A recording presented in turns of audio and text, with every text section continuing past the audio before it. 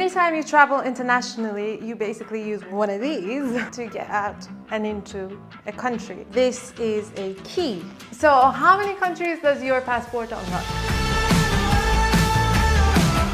So the US passport, for example, is on par with the Swiss one or the New Zealand one or Belgium or Norway, basically. So it's a pretty good one, but it is not the top passport in the world. There are different rankings you can look at. First, we're going to look at Henley Partners, which is a London-based firm that basically advises people on how to get a second passport, which usually requires a lot of money. So based on this ranking, Japan is at the very top and Afghanistan at the very bottom. So how does this list score a passport's power or strength? Is it about how big the economy of the passport's country is?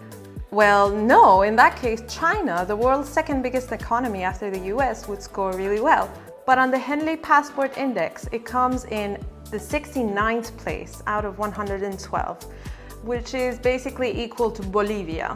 Is it the passport of the country whose citizens are happiest? No, the happiest country is Finland, which ranks really high in 4th position with Italy and Luxembourg. Or is it the color of the passport? I mean, the European ones are all these, nice burgundy color, which is a great wine, but you may prefer it differently, like green or blue or black maybe. Oh, and Britain is in the 6th place on the Henley list, along with France, Ireland, and Portugal. This list simply looks at how many countries in the world each passport can get you entry into without needing a visa or by being able to pick up a visa on arrival. It's about visa-free travel. The raw data comes from IATA, the association representing airlines that let check-in staff know whether to let you in on a flight or not, according to your passport. So top of the list is Japan, followed by Singapore and South Korea. Then a whole lot of European countries: Germany, Spain, Finland, Italy, Austria, Netherlands, France, and Ireland and the UK. After them come countries such as New Zealand, the US, Australia, Canada. Sitting at the bottom are countries like Iran, Congo, Bangladesh, North Korea, Somalia, Yemen, Syria, Iraq, and Afghanistan. But this Henley list isn't the only list out there. There are other rankings. This one, for instance, is by a rival Canadian firm called Arten, which puts out an online passport index. There are a few differences here. The United Arab Emirates passport, where Dubai is, for instance, is the one ranked top. Because this list also looks at how easily a passport can get an electronic visa within a 3-day window.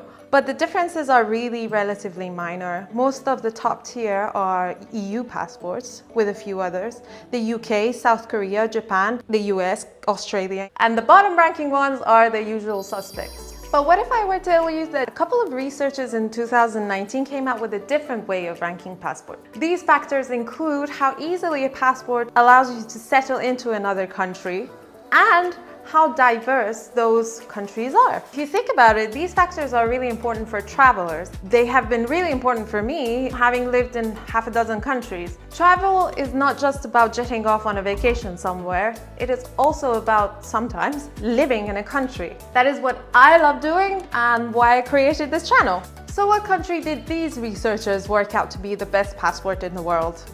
France. The French passport was ranked top. Largely because with a French passport, you can not only get into most countries visa-free for short visits, but you can also work and live not only across Europe, but also many countries in Africa, Latin America, and Asia Pacific. And France has a good score on human development. Other similar lists have taken over since. For instance, there is this one, the Nomad Capitalist list, which on top of visa-free travel also looks at how good a country is in terms of taxes, how it is viewed in the world, and how easy it is to get dual citizenship. To find the US sitting at first place on any list, you will have to do quite a bit of digging. Here, America's number one. Not because of the US passport's visa-free travel power, nor the Quality of Living Index, but because of how high it ranks as a place if you want to invest your money. Anyway, there you have it. To be honest, the numeral ranking doesn't really matter to me that much. I think for me, having had a very difficult passport to begin with, it was more about the persistence